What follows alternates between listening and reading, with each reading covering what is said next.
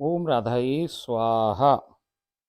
कल अ, अपन को राधा रानी सरकार ने ये समझाया कि सब कुछ उन्हीं से सज्जित है। सारी जो 3 लोक 14 भुवन हैं, वो सब उन्हीं से समाहित वो उन्हीं से सज्जित हैं। और उसकी पालनहार भी वही है और उसकी संगारक भी वही है। और वही अ, उनकी जो विराट स्वरूप है उसी के अंदर वो सब कुछ पसारा है। जितना भी है जगत पसारा, संसार सृष्टि, सब कुछ उनके अंदर है, बाहर कुछ भी नहीं है। और वो जो शरीर है उसी का आधा हिस्सा, जो दायां हिस्सा है, वो राधा रानी सरकार का है। और बायां हिस्सा जो है वो श्री कृष्ण का है। जो उनके श्री कृष्ण हैं गोलोक वाले, उनका वो हिस्सा है। उन दोनों के अंदर ही ये सब कुछ समाहित है। आज अब आगे वो क्या कह रही हैं, अब अपन आगे से आगे सुनते हैं उनकी बात।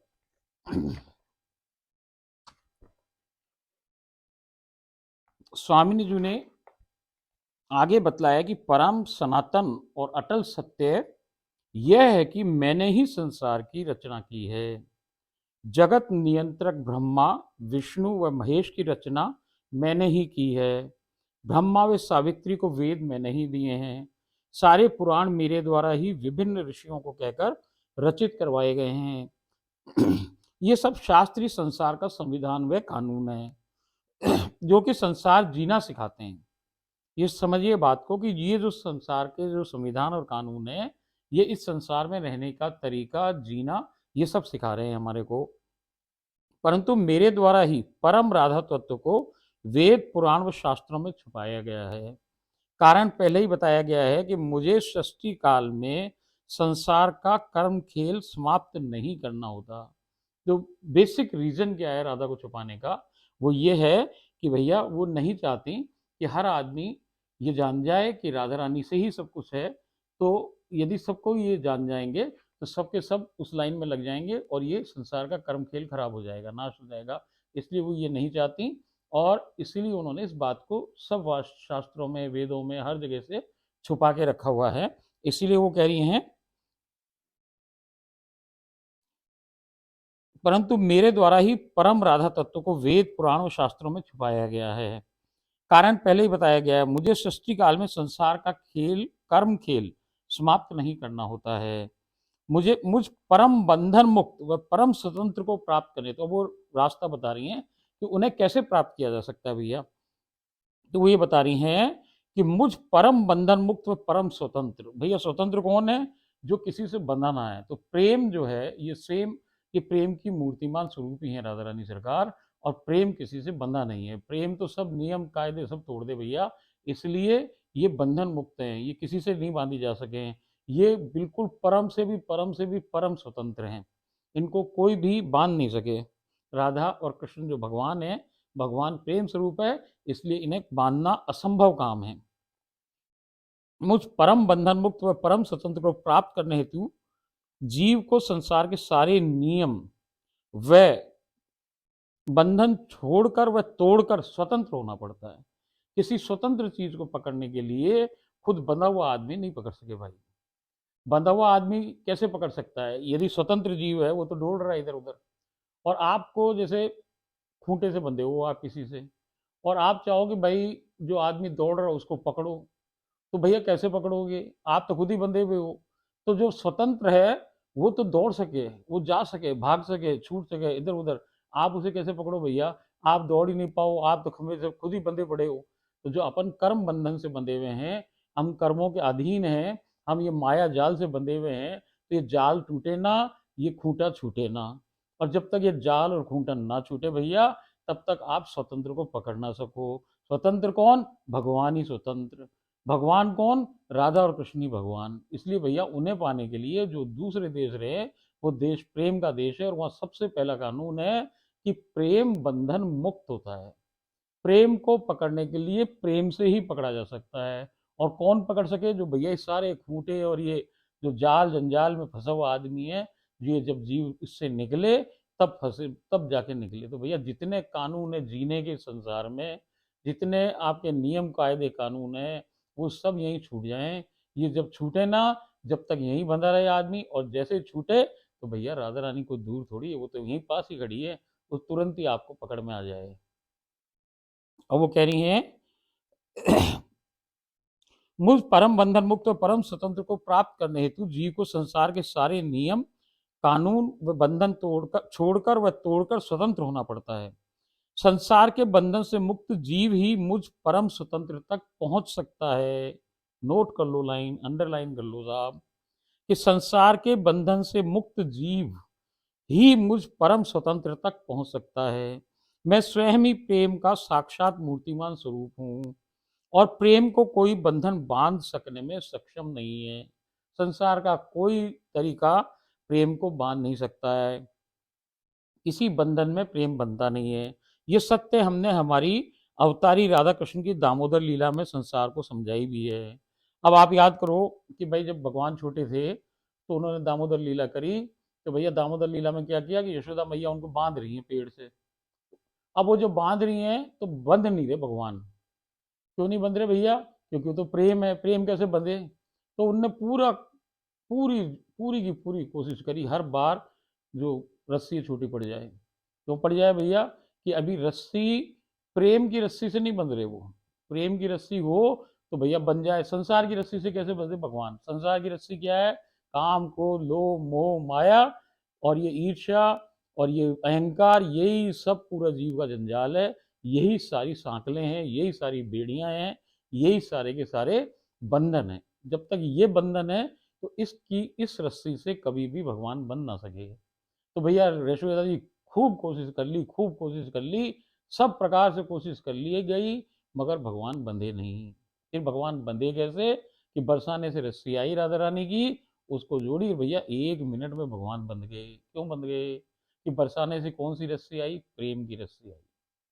तो जो प्रेम की रस्सी है, प्रेम की डोर से खींचे चले आते हैं भगवान। जब तक प्रेम नहीं है, जब तक भगवान असंभव है प्राप्त करना।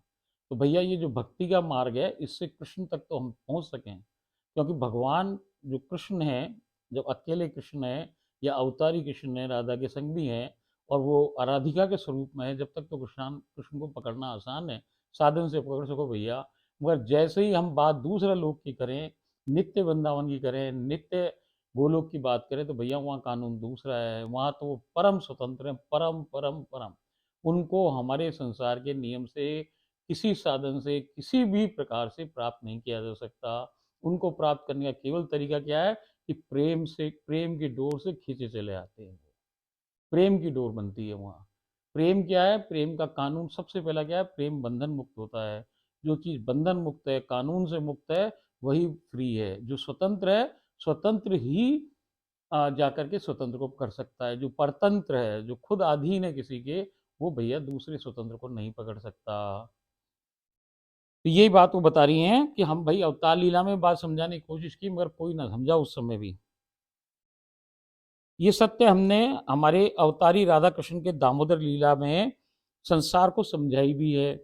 जब यशोदा अवतारी कृष्ण को रस्सी से बांधना चाहती हैं तो बांध नहीं पाती, अर्थात भगवान जो कि स्वयं प्रेमी है, वो संसार के किसी बंधन से बांधे नहीं जा सकते। तब बरसाने से मेरी अवतारी राधा की प्रेम की रस्सी आने पर प्रेम बंध सका। प्रेम ही प्रेम को बांध सकता है। अतः मेरा प्रेमी भी समस्त संसार के बंधनों को निर्भय कर तोड़ देता है। जो उनका प्रेमी बने ना भैया, जो राधा का प्रेमी बन जाए, वो यहाँ के सारे नियम कायदे कानून सब तोड़े भैया, जब भी बन पाए उनको प्रेमी, वरना बन नहीं सके। किसी भी प्रकार नहीं बने। यदि राधा को पकड़ने के लिए आपको कुछ करना है तो भैया राधा को पकड़ने के काजे आपको ये सारे ये नियम कायदे कानून और ये सब तोड़ने ही पड़ेंगे। तो वो कह रही हैं प्रेम ही प्रेम को बांध सकता है, अतः मेरा प्रेमी भी समस्त संसार के बंधनों को निर्भय, जैसे राधा खड़ी हो ना भैया, एक ठसक आ जाए कि हम राधा के, तो भैया वो जो ठसक है ना, वो भय उसके आगे खड़ा ना रह सके। भय मुक्ति, राधा के शरण में आते ही भय मुक्त हो जाता है जीव। तो उसको भय ना लगे अब किसी भी चीज से। तो भैया भय मुक्त होना का अर्थ ये बता रही है कि निर्भय होकर तोड़ देता है वो संसार की। बाकी तो भैया सब डर बने, जितने संसार के अंदर वो सब घबराई तो रहे।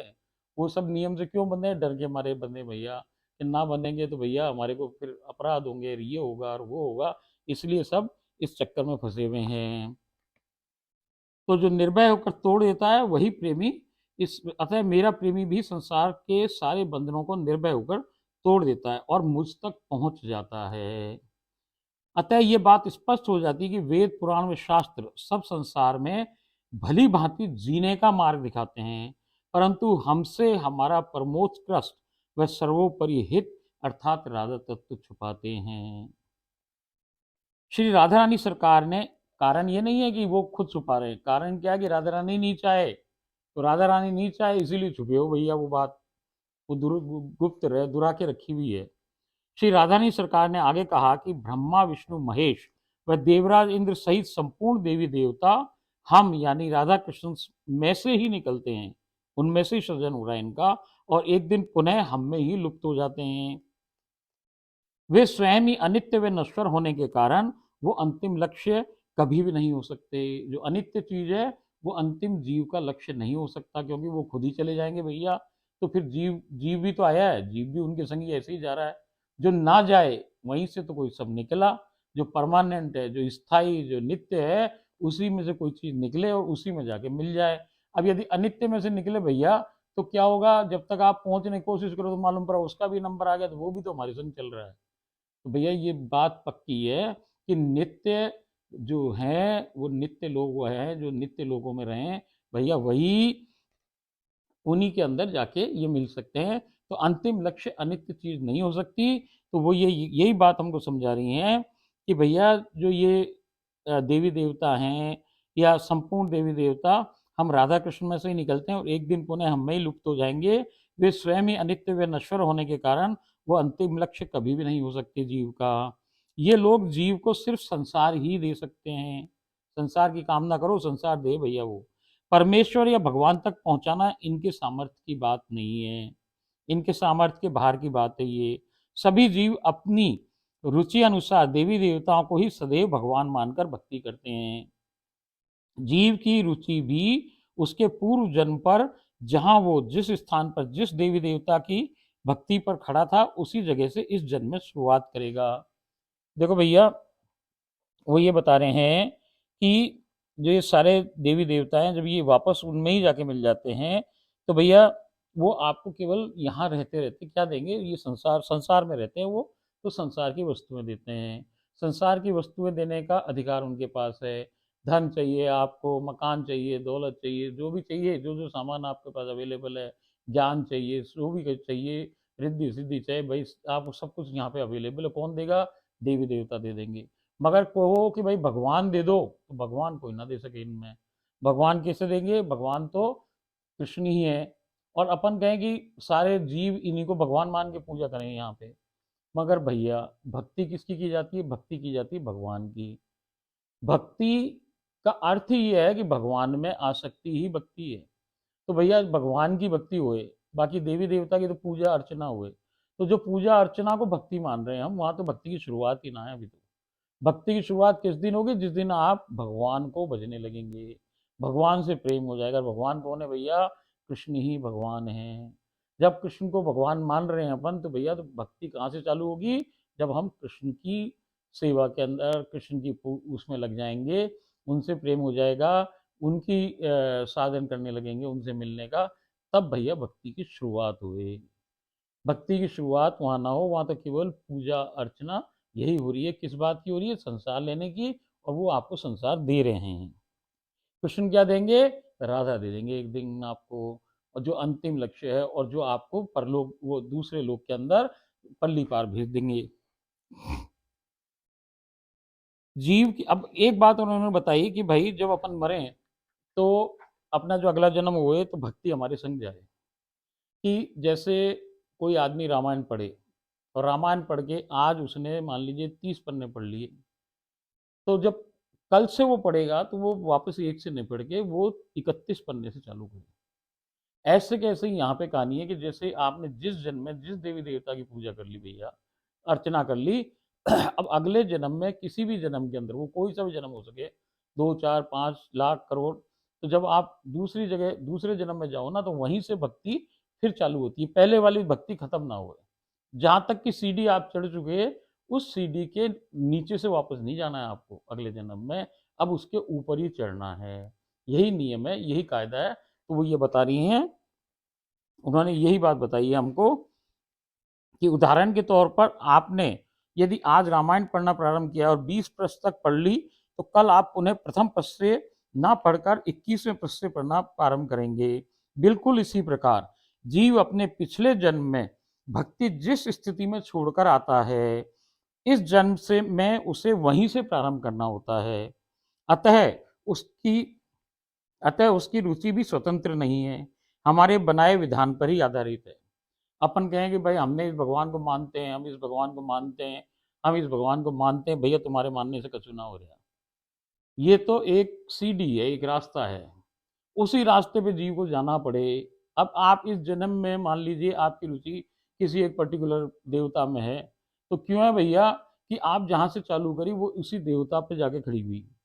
अब अगला देवता कब मिले भैया, जब वो आप अगली सीढ़ी चढ़ोगे, वही देवता ले जाए। तो चॉइस किसके हाथ में है, जो ये रास्ता बना हुआ है, जो तरीका बना हुआ है, जो कानून बना हुआ है, उसी से आदमी बढ़े और बढ़ के धीरे धीरे धीरे धीरे कृष्ण की भक्ति तक पहुंचे। तो वो यही बात बता रही हैं कि ये रुचि भी अपने बस की नहीं है। अपन जो कहें ना कि भाई मैं इसको मानूं, कि मैं उस देवता को मानूं, तो भैया रुचि भी स्वतंत्र नहीं है, हमारे बनाए विधान पर ही आधारित है। सर्वप्रथम जीव परिवार के पितृ व कुल देवी देवताओं की पूजा अर्चना करता है, फिर किसी जन्म में दुर्गा की भक्ति तक पहुंचता है, दुर्गा ही उसे किसी जन्म में राम की भक्ति तक पहुंचाती हैं, राम की भक्ति भी किसी जन्म में शिव की भक्ति प्रदान करती है, और शिव भक्त को किसी जन्म में कृष्ण तक छोड़ते हैं, और कृष्ण की भक्ति परिपक्व होने पर व पात्र निर्मित होने पर किसी जन्म में मेरी इच्छा से ही मेरे द्वारा छांटे जीव को कृष्ण मुझ तक पहुंचाते हैं। ये राधा रानी के वाक्य हैं। केवल और केवल एकमात्र यही मुझ तक यानी मानव जीवन के अंतिम लक्ष्य तक पहुंचने का मार्ग है। मेरे कान्हा जीव को अंतिम लक्ष्य तक पहुंचाने के नाविक हैं, परंतु श्री कृष्ण स्वयं परम या अंतिम लक्ष्य नहीं है। अब ये बात भी समझिए कि ये सेकंड स्टेशन है कृष्ण। अपन कहें कि भाई कृष्ण मिल गए तो भगवान मिल गए, तब हो गया सब कामना। हम जहां से निकले वो अगला स्टेशन है। तो कृष्ण क्या करेंगे, आप चाहो या ना चाहो, एक स्थिति ऐसी आ जाएगी आपकी, आप कितना ही कृष्ण बदलो बदलो बदलो, एक स्थिति आपकी ऐसी आएगी कि जब आपको राधा समझ में आ जाएगी, और राधा जब समझ में आ जाए भैया, तो वो पात्र बनाए जब ही राधा समझ में आए, वो रास करे आपके संग, और रास करके रस बनाए। और रस का ही, जैसे आपको मैंने पहले एक्सप्लेन किया, रस का अर्थ है रे से राधा और से सार। जब राधा का सार समझ में आ जाए, राधा तत्व आपको कृष्ण समझा दे, कान में फूंक दे भैया, तो फिर आपका जो अंतर्मन है वो तुरंत जान जाए कि भैया सारी कहानी कहाँ से शुरू हुई थी और कहाँ पे खत्म होगी। इसलिए कृष्ण भी अंतिम लक्ष्य नहीं है। अंतिम लक्ष्य कौन है, स्वयं राधा रानी सरकार हैं, वो ये बता रही हैं। मेरे कान्हा जीव को अंतिम लक्ष्य तक पहुंचाने के नाविक हैं।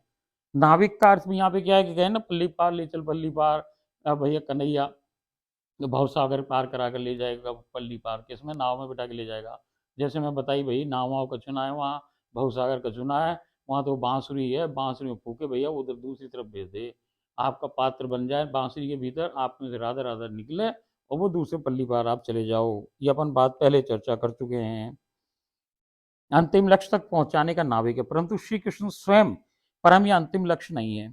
हमने ये सत्य जीव के ज्ञान हेतु ब्रह्म वैवर्त पुराण के श्री कृष्ण जन्म खंड गणेश कृत राधा प्रशंसा अध्याय 123 में उल्लेखित करवाया है। ये चीज ब्रह्म वैवर्त पुराण की किस जगह लिखी है, कृष्ण जन्म खंड गणेश कृत राधा प्रशंसा अध्याय 123 में उल्लेखित करवाया है। परंतु ये देवी देवता सबको ही अगली सीढ़ी तक यूं ही नहीं पहुंचा देते। ये भैया बड़े होशियार, जैसे हम बताए पहले कि भैया ये संसार मांगो, संसार दें, भगा दें आपको आपके पास से, अपनी विशुद्ध भक्ति परिशुद्ध भक्ति ना करने दें, अगली सीढ़ी तक यूं ही नहीं पहुंचा देते हैं। ये ज्यादातर जीव इनसे संसार की छोटी छोटी कामनाओं की मांग करता है, और ये उसकी वही मांग पूरी कर देते हैं।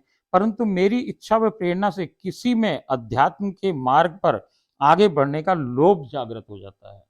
जैसे कहा ना आपको, मैं अपन चर्चा करी बहुत कि भैया लोभ होना चाहिए, लोभ, आगे बढ़ने का लोभ हो तो भैया आगे बढ़ो। आपका लोभ नहीं तो भैया जहाँ पड़े हो वहीं पड़े रहो। तो लोभ कैसे जागृत होगा, कि आपका विवेक, जब आपका बुद्धि विवेक में बदल जाए और आपका मन चित्त में बदल जाए तो भैया तुरंत आपको ये लोभ जागृत हो जाता है कि भाई आध्यात्मिक लोभ जागृत हो जाए। तो वो कह रही हैं कि ये भी किसके कारण होता है कि ये राधा रानी की इच्छा से पैदा होता है लोभ भी। ज्यादातर जीव इनसे छोटी छोटी कामनाओं की मांग करता है और उससे ये वही मांग पूरी कर देते हैं, परंतु मेरी इच्छा व प्रेरणा से किसी में अध्यात्म के मार्ग पर आगे बढ़ने का लोभ जागृत हो जाता है और वो सच्चा भक्त इन देवी देवताओं से अब उनके पास उपलब्ध सर्वोत्तम वस्तु पा लेता है। संसार का लोभ सबसे निकृष्ट बेकार प्रवृत्ति है। संसार का जो लोभ है ये सबसे बेकार प्रवृत्ति है, जबकि आध्यात्मिक लोभ आगे के मार्ग पर अग्रसर होने हेतु सर्वोत्तम प्रवृत्ति है। जैसे पहले अपन ने चर्चा करी कि जो संसार का लोभ है तो सबसे बेकार है, ये सबसे बेकार प्रवृत्ति है, जबकि आध्यात्मिक लोभ ये भैया इस अध्यात्म पे चलने का बिल्कुल एकमात्र बड़ा अच्छा सा साधन है, ये सर्वोत्तम प्रकृति है। ये ऐसे ही है जैसे, अब वो एग्जाम्पल बता रही है इस बात का कि भैया जैसे एक क्लास हो और क्लास में बहुत सारे बच्चे हों, 50 बच्चे हों और 20 बच्चे तो पीछे बैठे हैं जो तो केवल समय बर्बाद करने आए हैं स्कूल के अंदर। बीच में जो बैठे ना 20 बच्चे, वो 20 बच्चे क्या है कि वो पास होने के लिए आए भैया, और जो 10 बच्चे आगे क्लास में सबसे आगे बैठे ना वो ही बच्चे पढ़ने वाले हुए, और जो टीचर खड़ा रहे वो टीचर उन 10 बच्चों पे ध्यान दे। उन 10 बच्चों में भी एक दो बच्चे ऐसे हों जिनमें लोभ हो क्लास को टॉप करने का, स्कूल को टॉप करने का, और उन स्कूल के टॉप करने वाले भी एक दो बच्चों के अंदर से एक में कोई ऐसा लोभ जाग जाए कि नहीं भैया मैं तो बोर्ड को ही टॉप करूँगा मैं मेरे स्टेट को टॉप करूँगा, मैं पूरे इंडिया के बोर्ड को टॉप करूँगा। ये सब लोभ है वहाँ का, है ना। परंतु यदि अध्यात्म में ऐसा लोभ आ जाए तो जो वो टीचर है वही देवता है। वो सबको वो क्या करेगा, वो जो टीचर भी क्या करता है कि जो बच्चे ऐसे दिखते हैं ना जो मेरिट में आ सकते हैं, स्कूल टॉप करें, उनको वो क्या करे भैया, वो उनको ले जा करके अपने अलग ज्ञान भी दे, जो एक तो क्लास में बांटे और एक उनको अलग बुलाए अपने पास कि भाई तुम मुझसे मिलने आओ, और फिर वो कोई उनको गुप्त ज्ञान दे, क्योंकि उसे पता है कि ये मेरा भी नाम करेंगे, स्कूल का भी नाम करेंगे, तो वो उनको गुप्त ज्ञान देता है अलग, जो सारे बच्चों को नहीं देता। वो सारे बच्चों को तो जनरल ज्ञान देता है, बाकी स्पेशल बच्चों को वो थोड़ी क्लास लगाए, एक्स्ट्रा क्लास लगाए, कुछ समझाए अलग बात, तो भैया वो टीचर करता है। ऐसे ही ये देवी देवता हैं, जब ये देख लेते हैं कि किसी में आध्यात्मिक लोभ है, आगे बढ़ने वाला है, ये परिशुद्ध भक्ति कर रहा है, मेरे 100% शरणागत है, तो भैया उसको फिर वो दें जो सर्वश्रेष्ठ उनके पास उपलब्ध है। जैसे दुर्गा जी के पास सर्वश्रेष्ठ उपलब्ध क्या है कि भाई वो आपको राम के पास ले जाकर खड़ी कर दें। राम के पास सर्वश्रेष्ठ क्या चीज़ है कि वो आपको शंकर के पास ले जाकर खड़ी कर दें। शंकर के पास सबसे बढ़िया क्या चीज़ है कि वो आपको कृष्ण के पास खड़ा कर दें। और कृष्ण के पास सबसे बढ़िया क्या चीज़ है कि वो आपको राधा के पास ले जाकर खड़ा कर दें। ये सारी बात लोभ पे डिपेंड कर रही है। सभी देवताओं के पास केवल एक ही सांसारिक वस्तु प्रदान करने हेतु उपलब्ध होती है। जैसे लक्ष्मी धन व वैभव ही प्रदान कर सकती हैं, सरस्वती ज्ञान व कलाएं दे सकती हैं, दुर्गा शक्ति प्रदान करने में सक्षम है। परंतु इसके विपरीत यदि कोई लक्ष्मी से ज्ञान मांगने चले जाए, बात समझिए, ये जैसे मिनिस्टर हो तो डिपार्टमेंट के अलग अलग के हेड हैं। अब लक्ष्मी जी के पास मान लीजिए फाइनेंस मिनिस्टर हैं, उनके पास पैसा है, धन है। अब वो धन तो मांगने जाओ तो भाई धन निकाल के दे दें। अब आप उनसे कहोगे नीचे ज्ञान दो, तो क्या भाई गलत गलत डिपार्टमेंट में आ गए आप। ऐसा करो सरस्वती जी के पास जाओ, ज्ञान वहाँ से मिलेगा। तो भैया जब वो ज्ञान वहाँ से लेने जाएगा, कला वहाँ से लेने जाएगा, तो इसका मतलब लक्ष्मी जी के पास ये उपलब्ध नहीं थी। तो इसका मतलब हर के पास थोड़ा थोड़ा एक वस्तु है या दो वस्तु है, 5 वस्तु है, मगर एक ही मतलब थोड़ा थोड़ा सा सामान, सब नहीं है। सब वो ना दे सकें, जो उनके पास उपलब्ध है, जिसके पास जो है वो दे देता है। परंतु इसके विपरीत यदि कोई लक्ष्मी से ज्ञान मांगे तो वो देने में असमर्थ हैं। सरस्वती से धन मांगे तो वो कैसे दे सकती हैं भैया। अतः सभी देवी देवता अलग अलग विभाग के अध्यक्ष हैं और जो वस्तु उनके पास उपलब्ध है वही प्रदान कर सकते हैं। परंतु जीव को संसार में जीवन व्यतीत करने हेतु एक वस्तु की नहीं अपितु सभी वस्तुओं की आवश्यकता एक संग होती है और कोई भी एक देवी देवता उसे पूरी नहीं कर सकता। यदि जीव चतुराई कर सब देवी देवताओं को सब कुछ पाने हेतु एक ही समय मनाने का प्रयत्न करता है, बड़ी इंपॉर्टेंट बात है कि भैया सारी वस्तुएं प्राप्त करने के लिए सारे देवताओं को राजी करो, तो वो बता रही है वो, यदि जीव चतुराई कर सभी देवी देवताओं को सब कुछ पाने हेतु एक ही समय मनाने का प्रयत्न करता है तो भी काम नहीं बनता बल्कि बिगड़ जाता है। भाई जैसे आपको एक जॉइंट फैमिली है, अब जॉइंट फैमिली के अंदर एक बच्चा है, उसको टॉफ़ी चाहिए। अब वो टॉफ़ी चाहिए तो भैया वो क्या कर रहा है कि माता के पास गया कि मैया मेरे को एक टॉफ़ी दो। अब मैया उस समय रोटी बना रही है, उसने कहा भाई अभी तो मैं रोटी बना रही हूँ, रुक जा 4 रोटी रहेगी, बन जाएगी, फिर आपको दे देंगे टॉफ़ी। अब वो जो टॉफ़ी माँ ने देखा कि वो बेटे ने देखा ये माँ तो दे नहीं रही, वो अपने पिताजी के पास गया। अब पिताजी के पास गया तो माँ ने देखा कि पिताजी के पास चला गया, वो भूल गई टॉफ़ी को, अब पिताजी दे ही देंगे। पिताजी ने क्या किया, वो जा रहे हैं ऑफिस, उन्होंने कहा बेटा मैं अभी ऑफिस जा रहा हूँ, मैं अब शाम को आऊँगा जब टॉफ़ी लाऊंगा। बेटे ने कहा यहाँ भी नहीं मिलने का चांस है। तो उसने क्या किया, उसी समय वो दादाजी के पास चला गया। दादाजी कह रहे हैं जी कि मैं पूजा कर रहा हूँ, और वो फिर वो दादी के पास चल गया। दादी ने कहा जी मैं ये कर रही हूँ। ताऊ के पास चल गया, चाचा के पास चला गया, सब भाई बहन सबसे मिल गया भैया। एंड ऑफ द डे उसको टॉफ़ी नहीं मिली। पूरा दिन बीत गया, किसी ने उसको टॉफ़ी ना दी। और भैया वो यदि एक की टांग पकड़ लेता तो उसको टॉफ़ी मिलती। तो अब बात समझने की ये है कि ये जितने लोग थे, इन सब ने क्या सोचा कि इसको उसने दे दिया होगा, इसको उसने दे दिया होगा, इसको उसने दे दिया होगा, और वो पीछे अपनी बातें भूलते गए। इस उदाहरण से बात ये समझ में आती है कि ये समझिए आप कि आप एक देवी देवता की पूजा कर सकते हो। जिस स्थिति में आप हो, जिसको आप बचते हो भैया उसी को बच सकते हो। आप 50 को एक ही समय में भजोगे तो भैया फिर कैसे काम चलेगा? वो तो भाई एक दूसरे से एक ही वस्तु प्राप्त हो सकती है। अब आपने मान लीजिए एक देवी देवता को पकड़ रखा है तो भाई उसके पास जो उपलब्ध है वो आपको मिलेगा। दूसरे देवी देवता कहेंगे भाई ये तो उसका आदमी है तो भाई उसको जाने दो, वो करेगा अपना काम, हम काहे को करें इसमें, हमको उसको हेल्प नहीं करनी। ऐसे आपको भी बात समझ में आनी चाहिए कि हमको एक बार में एक ही देवी देवता को अनन्यता से पूजा करनी चाहिए। चाहे पूजा अर्चना कर रहे हैं तब भी, और जब हम भगवान से भक्ति कर रहे हैं तब भी, और राधा से प्रेम कर रहे हैं तब भी अनन्यता सबसे सबसे सबसे आवश्यक चीज है। तो वो ये कह रही हैं कि जैसे भाई पहले क्या होता था कि हमको जैसे सामान लाना हो, तो आपको जैसे मान लीजिए राशन का सामान चाहिए, तो आप परचून की दुकान चले जाओ, राशन का सामान ले आओ। अब आपको फल सब्जी फ्रूट चाहिए थे तो आप भैया सब्जी की दुकान चले गए, वहाँ सब्जी ले ली। फ्रूट की दुकान गए, फ्रूट ले लिया। दूध की दुकान गए, दूध ले लिया। जो जो सामान था सब दुकानें अलग अलग थी।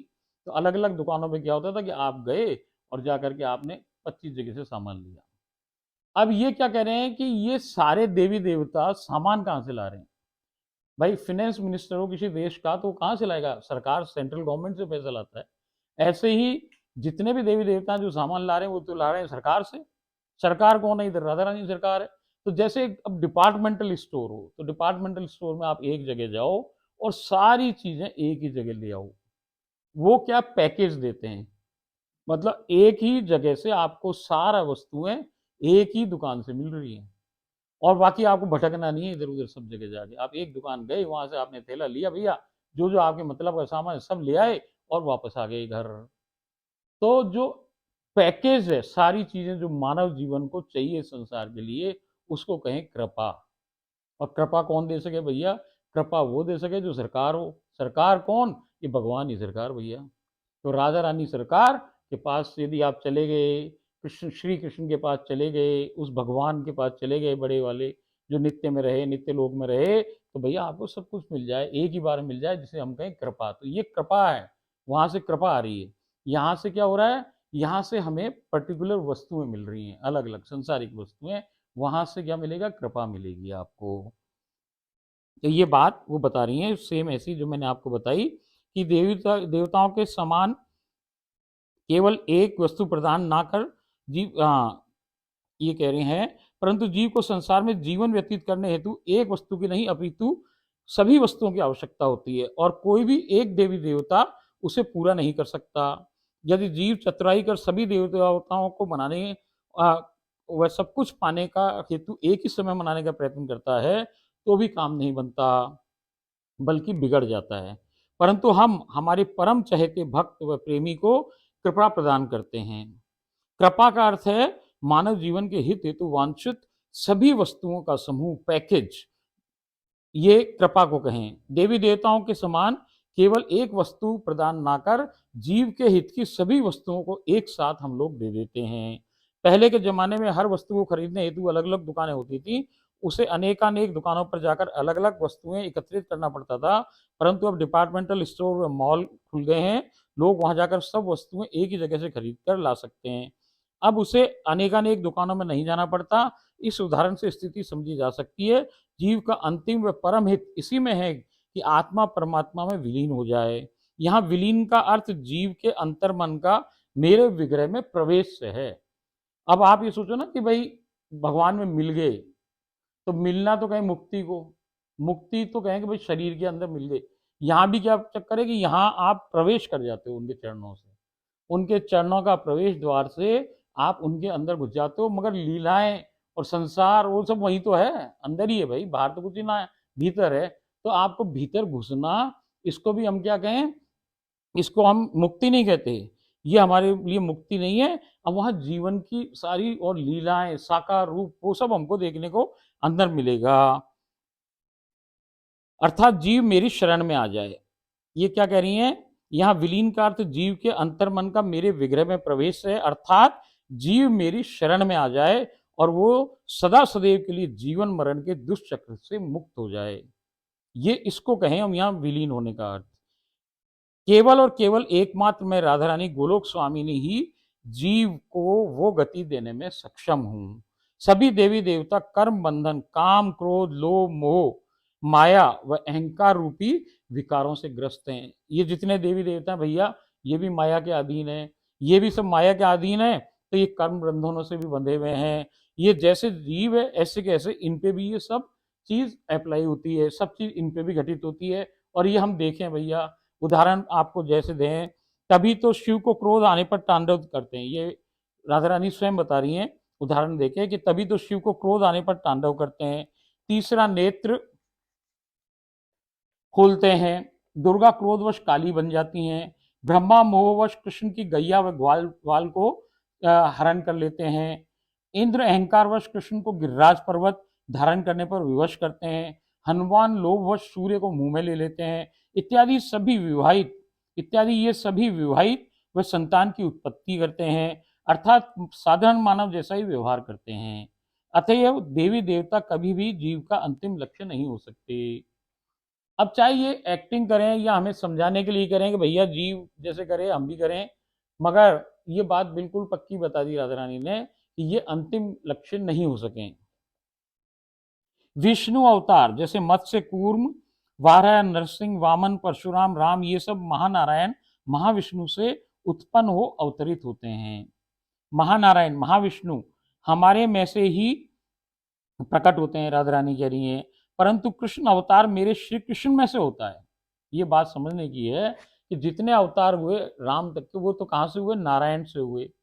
कृष्ण नारायण से पैदा नहीं होते। नारायण कौन, महाविष्णु। महाविष्णु से कृष्ण नहीं निकल रहे। कृष्ण किससे निकल रहे हैं, जो श्री कृष्ण वहां पे जो गोलोक में नित्य धाम में विराजे, उन्हीं के शरीर में से जो निकल के आए वही कृष्ण है। तो कृष्ण नारायण में से नहीं निकले, ये बात वो बता रही है, गुप्त है। श्री कृष्ण से अवतारी कृष्ण निकलते हैं, परंतु कृष्ण अवतार मेरे श्री कृष्ण में से ही होता है। श्री कृष्ण से अवतारी कृष्ण निकलते हैं, नारायण में से कृष्ण निकलना असंभव कार्य है। अतः राम तक के भक्तों को वैष्णव कहा जाता है, परंतु कृष्ण भक्त को काशनव कहलाते हैं, और मेरे भक्त तो राधाजन कहलाते हैं। राधा परिकर राधाजन।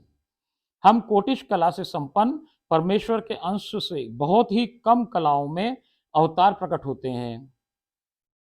ये कह रहे हैं हम कोटिश कला से संपन्न परमेश्वर के अंश से बहुत ही कम कलाओं से अवतार प्रकट होते हैं। ये तो भैया कोटि कोटि कला के, कोटि कोटि कलाओं से इनके पास हैं, पर ये परिपूर्ण है कोटि कोटि कलाओं से। मगर ये जो अवतार आए, तो कोई कहे कि भाई इतने इतने अंश से ये अवतार हुआ, इतने अंश से ये अवतार हुआ, इतने अंश से ये अवतार हुआ। मगर भाई अंश का अर्थ ये है कि भाई ये पूरे संपूर्ण भगवान नहीं आ सके। भगवान आए तो फिर ये तो सब जल जुला जाएगा, माया जल जाएगी भाई, उसके सारे विकार जल जाएंगे, संसार जल जाएगा। तो भगवान पूरा तो पूरा आ ही नहीं सके, तो वो केवल अपने रूप में आते हैं और मानव का शरीर धर के आते हैं। क्यों, क्योंकि बात समझानी है उनको, किसको, मानव को। तो मानव किसकी बात समझे भैया, वो भगवान की बात ना समझे, वो तो मानव की बात ही मानव समझे। तो मानव शरीर के अंदर मानव जैसा ही व्यवहार करते हैं। मानव जैसे ही बताते हैं कि भाई देखो हम भी नहीं बंधे हुए हैं सारे कर्म बंधनों से, हमारे को भी क्रोध आवे, हमको भी सब वो है। तो भैया ये इसका कारण ये है कि वो हमें समझाने आते हैं। वो चाहे एक्टिंग ही कर रहे हैं, मगर वो एक्टिंग भी ऐसी कर रहे हैं कि वो पक्की एक्टिंग कर रहे हैं कि हमें लगे हाँ भाई बिल्कुल इनके संग भी ऐसा घटित हो रहा है। इसका रीजन क्या है? इसका रीजन ये है कि केवल जीव समझ जाए कि भाई ये संसार क्या है। इस संसार के अलावा भी कोई दूसरा संसार है जहाँ पे आपसे आए जहाँ से वहीं चले जाओ वापस। ये वो बताने की कोशिश करते हैं। और ये बात उन्होंने समझा दी हमको कि भैया कि जो पहले हमारे जितने अवतार हैं ये सब महानारायण में से निकले हैं, तो महानारायण के अवतार निकलने के कारण हम इनको कहें वैष्णव जन, जो इनके भक्त हों। और जो कृष्ण के भक्त हों, चूंकि ये कृष्ण कृष्ण में से निकलते हैं तो इनको कहें कृष्णव, काशनव। और जो राधा रानी के मेरे भक्त हों तो भैया वो राधा जन है या राधा परिकर हैं। हम कोटिश कला से संपन्न परमेश्वर के अंश से बहुत ही कम कलाओं से अवतार प्रकट होते हैं। ये सब भी पांच तत्व की संसारिक काया से बनते हैं। इसी कारण संसार में रहने के योग्य हो पाते हैं। ये सब देवी देवताओं के समान ही माया व पंच तत्वों के विकारों से ग्रसित होते हैं। काम, क्रोध, लोभ, मोह, माया व अहंकार इन पर भी शासन करते हैं। राम पत्नी मोह में सीता पति मोह राम पत्नी मोह में और सीता पति मोह में वियोग में विलाप करते हैं। कृष्ण व राधा विरह को प्राप्त होते हैं। वारा नरसिंह परशुराम क्रोधित हो जाते हैं। लक्ष्मण मूर्छित हो जाते हैं। वामन व कृष्ण छल करते हैं। राम व कृष्ण कुल वृद्धि के लोभ में विवाह करते हैं, उनके बच्चे होते हैं। सब जन्म लेते या प्रकट होते हैं। ये किसी एक कारण विशेष या सीमित समय के लिए पृथ्वी पर आते हैं और अपना कार्य संपन्न कर पुनः वापस चले जाते हैं, यानी अनित्य हैं, अतः नित्य नहीं हैं। इसलिए भगवान नहीं हो सकते। भगवान परमेश्वर और परमात्मा स्वयं हम नित्य राधा कृष्ण हैं। हम किसी से उत्पन्न या प्रकट नहीं होते हैं, बल्कि सब हम में से ही उत्पन्न व प्रकट होते हैं। किसी में से निकलता है, वो भी कुछ ही शक्ति के साथ। तो समझिए कि मूल शक्ति तो अपने लोक में नित्य निरंतर सदा सदैव रहती है। अब ये कहो कि भाई भगवान ऊपर से अवतार लेके इधर आगे कृष्ण भगवान, तो वो जगह खाली ना भैया। वहाँ वो नित्य वाला जोड़ा तो विराजा हुआ है, सदा सदैव रहे। वो नित्य निरंतर सदा सदैव बिल्कुल वहीं रहे, उसी उम्र में रहे, वो ना कहीं जाए, वो कहीं आता जाता ना भैया। उसी में से कुछ निकल के नीचे आया और उसी में से वापस जाके मिल गया। तो ये जो नीचे वाले कृष्ण और राधा है, ये 100% बात पक्की भाई कि ये दूसरा जोड़ा आया, उन्हीं में से निकल के आया, सेम ही है, बट वो दूसरा पेयर है। ऐसे ही वहां भी दूसरा पेयर, ऐसे ही ये जो शिव और ब्रह्मा और ये महेश, ये विष्णु बने, ये भी भैया महाविष्णु, महाब्रह्मा और महाशिव में से निकल के आए। वहां पेयर नित्य वाला ऊपर है, यहाँ पे ये अनित्य संसार में एक दूसरा पेयर बन के आया, जो कि जन्म लिया फिर वापस जा रहे हैं। भाई यहाँ निश्चित काल के लिए आना ही जन्म है। जब वो निश्चित काल के लिए आए और फिर वो एक निश्चित काल के बाद वापस चले गए, तो मतलब संसार में वो नित्य नहीं है। वो वापस जाके भगवान के अंदर ही जिस अंश से निकले उस में जाके अंश घुस गया वापस। अब ये बता रही हैं कि भगवान परमेश्वर परमात्मा स्वयं हम नित्य राधा कृष्ण हैं। हम किसी से उत्पन्न या प्रकट नहीं होते, बल्कि सब हम में से ही उत्पन्न व प्रकट होते हैं। किसी में से निकलता है, ये जो अवतार है, जो किसी में से निकलता है वो भी कुछ ही शक्ति के साथ। तो समझिए कि मूल शक्ति तो अपने लोक में नित्य निरंतर सदा सदैव रहती है। अतः विष्णु अवतार भी अंतिम लक्ष्य कदापि नहीं हो सकते। जीव का अंतिम व परम चरम लक्ष्य मैं स्वयं राधा रानी ही हूँ। यही परमोत्कर्ष चरमोत्कर्ष अटल से भी अटल अटलतम परम सत्य है। स्वामिनी जी ने आगे का बतलाया कि ये गुप्त रहस्य जो युगों युगों तक मैंने जीव से छुपा कर रखा था और वह रखवाया था, परंतु अब इसे उजागर करने का समय आ गया है। क्यों आ गया भाई? कि वो कह रही हैं कि कलयुग अपने चरम सीमा तक आ पहुंचा है और प्रलय काल से पूर्व ही मुझे मेरे चयनित जीवों को मुझ तक पुनः लौटाकर जीवित या मृत्यु के पश्चात गोलोक लाना है। अब ये कह रहे हैं कि कबीर साहब ने अपन को इस बात के लिए चेताया था, जो ये बात थी कि यहाँ पे जो क्या क्या घटित होने वाला है, उसके लिए जब कबीर जी डोल रहे थे तो उनको उन्होंने एक दोहा बनाया। चलती चाकी देख कर दिया कबीरा रोए। दो पाटन के बीच में साबुत बचा न कोई। ये कबीरदास जी अपना दुख प्रकट कर रहे हैं कि भाई ये जो संसार है इसको समझ नहीं रहा है जीव। और क्या है जीव की स्थिति कि जो दाना हो, जो गेहूं है, एक चक्की है, उसके अंदर हम गेहूं डालें तो उसके दो पार्ट हैं। दो पार्ट में एक पार्ट तो नीचे बना हुआ है जो पक्का पार्ट है, जो हमेशा रहे। तो वो पार्ट किसका है? वो कर्म फल का पार्ट है, जो हमने कर्म किए वो भोगने के लिए। वो जो चबूतरा बना है नीचे का वो है। उसके ऊपर एक पाटा और रखा हुआ है। वो पाटा क्या है? वही पाटा समय है, काल है। अब वो जो काल का पाटा है वो ऊपर है, नीचे क्या है? नीचे कर्म फल का काटा पाटा लगा हुआ है। ऐसे दो पाटन के बीच में साबित बचा है ना कोई। मतलब अब साबित क्यों नहीं बचा? और इस चक्की को चला कौन रहा है? इस चक्की को चला रही है माया। माया बैठी बैठी इस चक्की को चला रही है भैया। और उसमें वो जीव को डालती जा रही है और जीव उसमें पिसता जा रहा है। ऊपर से काल का चक्र चल रहा है और नीचे भैया वो नीचे वाला आपका कर्म फल का चक्र है। जब ये चक्की चल रही है तो इसको देख के कबीर दास जी बड़े दुखी हो रहे हैं। वो कह रहे भैया इन दो पाटन के बीच में कोई साबित नहीं बच रहा, सब मर रहे हैं। तो उनके बेटे ने भी ये बात देखी बाद में, उनके बाद तो उन्होंने इसी दोहे का, कबीरदास जी ने तो अपना दुख प्रकट किया। अब उनके बेटे ने इसके बचने का उपाय भी बताया। परंतु कबीर के पुत्र कमाल ने इस परिस्थिति से बचने का उपाय भी सुझाया है। चलती चकिया देख के हंसा कमाल ठठाए, कीले सहारे जो रहा ताही काल न खाए। भाई ये जो चक्की घूम रही है, जो माया जिस चक्की को घुमा रही है, उसका जो समय का पाटा है कि जो वो जो ऊपर का पटा है वो किस चीज पे रुका हुआ? वो रुका हुआ है धुरी पे। ऐसे धुरी है बीच में, उस पे चक्की बनी हुई है, एक धुरी बनी हुई है लोहे की। उस पे उसके चारों तरफ घूम रही है वो धुरी के। क्या घूम रहा है? समय घूम रहा है। और समय को घुमा कौन रहा है? माया घुमा रही है। माया नहीं, ये तो पूरा जीव का जंजाल कर दिया ना, दिन रात रात दिन, और ये सब परिवर्तन जो हो रहा है माया के कारण ही दिखे। तो भैया ये जो परिवर्तन है इसके अंदर जीव डाला जा रहा है और वो बच रहा है। अब वो मर जाता है, इसके अंदर पिस जाता है, आटा बन जाता है। परंतु आप चक्की, आप बहुत पुराने जमाने में तो होती थी, अब आपने देखी कि नहीं देखी पता नहीं, मगर चक्की में क्या होता है कि जब हम गेहूं बीच में से डालें धुरी के पास से, तो कुछ गेहूं के दाने वो उस धुरी पे चिपक जाएं।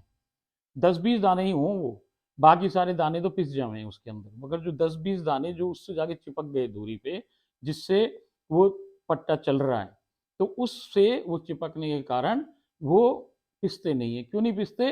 कि वो जो धुरी ऊपर वाली जो वो चक्की घूम रही है समय का काल, वो उस धुरी को छू नहीं सके, तो धुरी तक नहीं जा सकता है। उसके बीच में गैप है। वो संसार को घुमा सकता है। संसार किस चीज से बाधित है? काल से। मगर धुरी कौन है? धुरी है भैया वही राधा रानी सरकार या भगवान राधा कृष्ण जी, ये धुरी है। तो इनकी टांगों के कोई चिपक जाए, इनके चरणन में कोई चिपक जाए भैया, वो तो बच जाएगा। ना तो उसको काल कुछ बिगाड़ सके, ना उसका कर्म और कर्म फल कुछ बिगाड़ सके, ना उसकी माया से कोई परेशानी हो सके। माया का चक्का जो कि उसने काल का चला रखा है, वो उस धुरी को छू भी ना सके, वो उससे दूरी बनाए रखे हमेशा। तो भाई ये ध्यान रखिए कि अपन को भी कृष्ण और राधा से चरणों में जाके चिपक जाना है, तभी हम बच पाएंगे। नहीं तो ये सब कुछ जैसे समाप्त हो रहा है समय के संग, एक दिन हम भी, हमारा भी नंबर आएगा, हम भी चले जाएंगे। इसलिए धुरी पे चिपक जाओ, उनकी शरण में चले जाओ। उनके चरणों को पकड़ने का अर्थ 100% ही उनके संग उनकी शरणागति हो जाओ।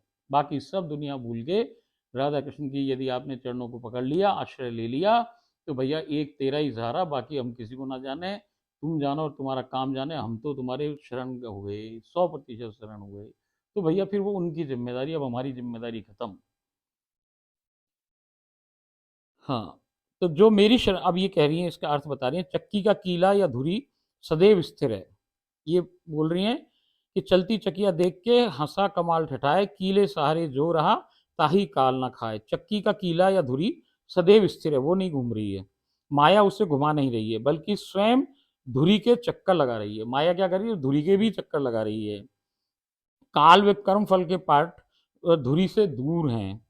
मैं राधा रानी ही धुरी हूँ।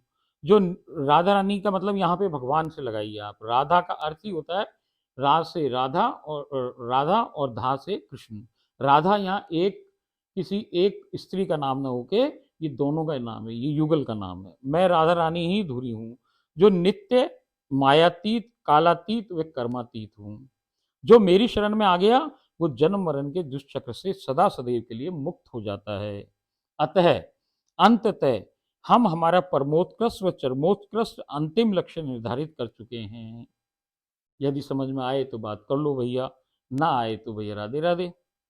अब अंततः हम हमारा परमोत्कृष्ट व चरमोत्कृष्ट अंतिम लक्ष्य निर्धारित कर चुके हैं, जो कि श्री राधा रानी सरकार स्वयं ही है, जिनका नित्य निवास श्री गोलोक धाम है।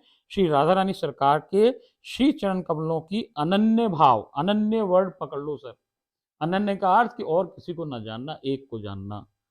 तो वो कह रही हैं कि जिनका नित्य निवास श्री गोलोक धाम है, कौन का? इन राधा रानी सरकार का। श्री राधा रानी सरकार के श्री चरण कमलों की अनन्य भाव, यानी केवल और केवल राधा रानी सरकार से, किसी भी दूसरे से नहीं। यहाँ तक कि ऊपर के नित्य श्री कृष्ण से डायरेक्ट उनसे भी ना भैया, इनके थ्रू, इनकी तरफ से चलो, इनकी ओर खड़े रहो भैया, इनकी तरफ से चलो, ऐसे ऐसे चलो, ऐसे पार ना पड़े, ऐसे पार ना पड़ रही भैया। उधर कृष्ण की तरफ अपन झुक गए तो फिर राधा रानी नहीं, फिर तो हमको तो राधा रानी की तरफ से कृष्ण की तरफ जाना है। वो उनके पास ही बैठे हैं, क्योंकि वो एक ही आत्मा है भाई, और एक ही परमात्मा है। दोनों एक दूसरे के दो शरीर होने से दो दिख रहे हैं, मगर हैं तो भिन्न थोड़ी, एक ही है। मगर ऐसे चलो राधा से कृष्ण। क्यों? क्योंकि हम तो नौकरानी है, ऊपर वाले सब नौकरानी, एक मालकिन और बाकी सब नौकरानी। वहाँ कोई रिश्ते नातेदार ना किसी की माता ना पिता, ना कोई भाई ना बहन, भैया कछु ना है। वहाँ या दो ही पोस्ट हुए, एक हुए ठगरानी और दूसरे हुए नौकरानी। तो अब जब नौकरानी है तो वो सीधा संबंध मालिक से ना कर सके भैया, मालकिन के थ्रू मालिक। इसलिए वो क्या कह रही हैं कि यानी केवल और केवल राधा रानी सरकार से, किसी भी दूसरे से नहीं, यहां तक कि श्री कृष्ण से भी सीधे नहीं। और कितनी चाहिए उनको? अनन्य भाव से 100%, 99.9% पे भी स्वामी जी को मान्य नहीं है। यदि आप 99.9% शरणागति करो, 1% कम है तो भी उनके लिए जीरो है, शून्य है। शरणागति कितनी होनी चाहिए? 100% शरणागति व परिशुद्ध प्रेम करना ही श्री राधारानी सरकार को पाने की एकमात्र विधि है। यही एकमात्र विधि है। अब भैया एक गुप्त बात और बताऊं आपको। जो अपन ने बात करी कि भाई एक बिल्डिंग है 10 माले की, उसमें सीढ़ियां चढ़ी हुई हैं, जैसे हम पढ़ते आ रहे हैं कि भाई इस देवी से उस देवता, फिर इस देवता से उस देवी, ऐसे ऊपर बढ़ रहे जा रहे हैं हम, तब जाके कृष्ण पकड़ आए।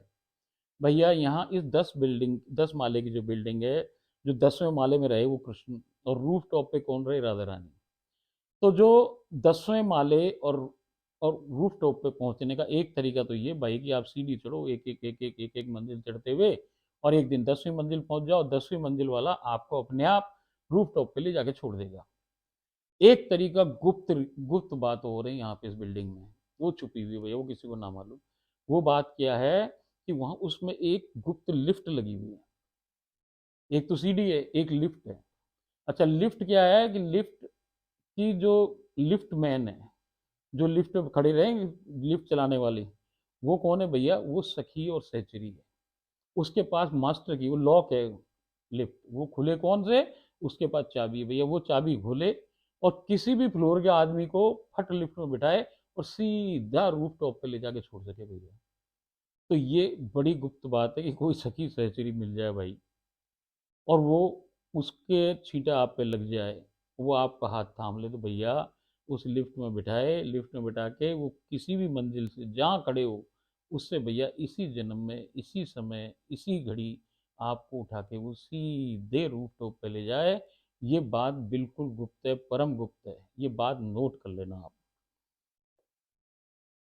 अतः समय रहते सब भ्रमजाल युक्त सुना सुनाया असत्य व अहितकारी ज्ञान को परे फेंक कर स्वयं का विवेक जगाओ। श्री राधारानी सरकार की ओर प्रेम से एक कदम बढ़ाओ, ओनली वन स्टेप। आप बस इनिशिएट कर दो इस स्टेप को, बस उठाओ, इतना सा उठा के रखने की देर है भैया। आपके पैर उठाते ही एक कदम बढ़ा के देखो तो सही, वो दौड़कर तुम्हें बाहों में भर लेगी और ऐसा प्रेम प्रदान करेगी जिसकी कल्पना, ओहो भैया, जब वो आपको गलवियां बंद कर लेना भैया, तो उससे बड़ा प्रेम कछु ना है। उस प्रेम के लिए आप केवल एक जरा सो प्रयास करो, क्योंकि जीव के बस की ना भैया। वो कैसे रूझे, वो रूझे रीझे इस बात से कि तुम संकल्प तो करो कि मेरे पास आना है, मैं राधा का, मुझे राधा तक जाना है भैया। तो इतना सा संकल्प करने मात्र से वो दौड़ के, दूर से दौड़ के भागी आए भैया, और यूं लिपटा ले आपको, छत ही लगा ले भैया, जैसे शांति नहीं, आनंद की एक सीमा और ऐलान। आनंद उसको भी परमानंद, परमानंद को भी चरम तरम चरम तरम परमानंद, जिसको हम कहें ऐलाद, वो ऐलाद मिल जाए भैया, फिर कुछ न सूझे दुनिया के ये सब झूठे, सब चीजें छूट जाए भैया। बात समझो, इसी जन्म में समझो। मोहे भरोसो तेरो श्री राधे, तेरो भरोसो मोहे, मोहे भरोसो तेरो श्री राधे, भरोसो तेरो मोहे, कि मोहे भरोसो तेरो, तेरो भरोसो मोहे, भरोसो तेरो मोहे श्री राधे, तेरो भरोसो मोहे। प्रेम से बोलो राधे राधे राधे राधे। ओम राधाए स्वाहा।